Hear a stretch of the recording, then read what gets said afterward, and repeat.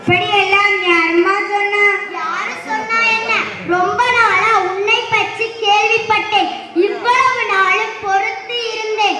இனிமே உன்னை வேலைக்கு வைத்துக் கொள்ள முடியாது. நீ மற்ற வேலைக்காரர்களை கண்காணித்தது போதும். கணக்கு வழக்குகளை முடித்துவிட்டு புறப்படு. அம்மா என்ன? அம்மாவாவது தொம்மாவாவது சொன்னது சொன்னதுதான். ஐயோ ஐயோ, என் எஜமானி என்னை வேலையிலிருந்து நீக்கிவிட்டார்களே. கடின வேலை செய்தோ களை வெட்டியோ பிழைக்க தெரியாது. வீடுகளில் சென்று வேலை செய்வதும் கேவலமாயிட்டு, பிச்சை எடுக்கவும் வெட்கமாயிருக்க என்ன செய்வேன்?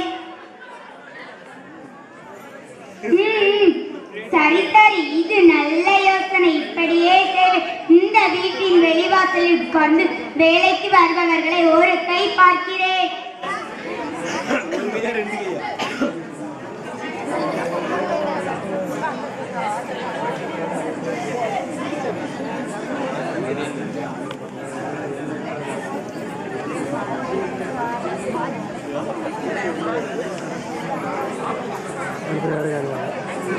இந்தம்மா, நீ எங்க போற? இந்த வீட்டுக்கு வேலைக்காரி வேணும்னு விளம்பரம் செஞ்சிருக்காங்க. நான் வேலை கேட்டு போறேன். அப்படியா? உன் பேர் என்ன? சங்கீத ராணி. நல்ல பேரு. சங்கீத ராணி சிங்கீத ராணின்னு சொல்லிடாது.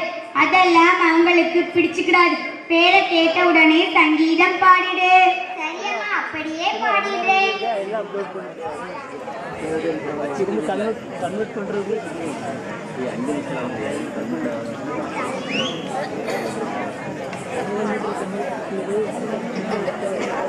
நீ எங்க போற? நாங்க வேலைக்கு ஆள் வேணும்னு விளம்பரம் பார்த்தேன் வந்தேன். அப்படியா? உன் பேர் என்ன? ஆட்டுக்கார அலமேலே. ரொம்ப பொருத்தமான பேருதான். ஏம்மா, நம்ம எஜமானி பேரு அதுதானா? இல்ல, அம்மா ஒரு ஆட்டுக்குட்டி வளர்த்தாங்க. அது போன மாசம்தான் செத்து போச்சு. ஐயோ பாவமே. மேன்னு ஆட்டு சத்தம் கேட்டா அம்மாவோட கவலையெல்லாம் நீங்கிடும். அதனால அவங்க உன் பேர கேட்ட உடனே ஆடு மாதிரியே கத்து. அப்படியே வேலை கொடுத்துருவாங்க.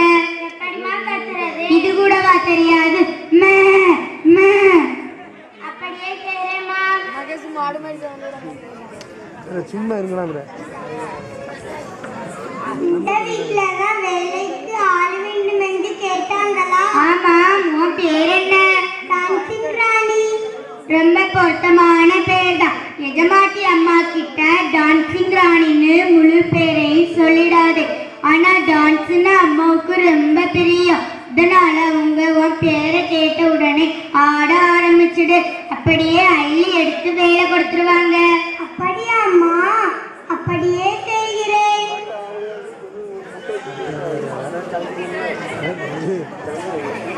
ஓ பியூட்டி, இங்கே வா வா. எங்கே போற? என்ன கமலாமா இங்கே இருக்கிறீங்க? நான் உனக்கு 100 ரூபாய் கடன் கொடுத்தேனே, ஞாபகம் இருக்கா? இல்லாம என்ன, இந்த வீட்டெல்லாம் வேலை இருக்குன்னு கேள்விப்பட்டேன். உங்க தயவுல இந்த அம்மா கிட்ட வேலை வாங்கி கொடுங்க. அடுத்த மாசமே வாங்கின கடனை அடைச்சு விடுறேன். வேலை வாங்குறது ஒன்றும் பெரிய காரியம் இல்லை. அவங்க கேட்கறதுக்கு எல்லாம் சிரிச்சுக்கிட்டே இரு. உன்னோட சிரிப்பிலே அப்படி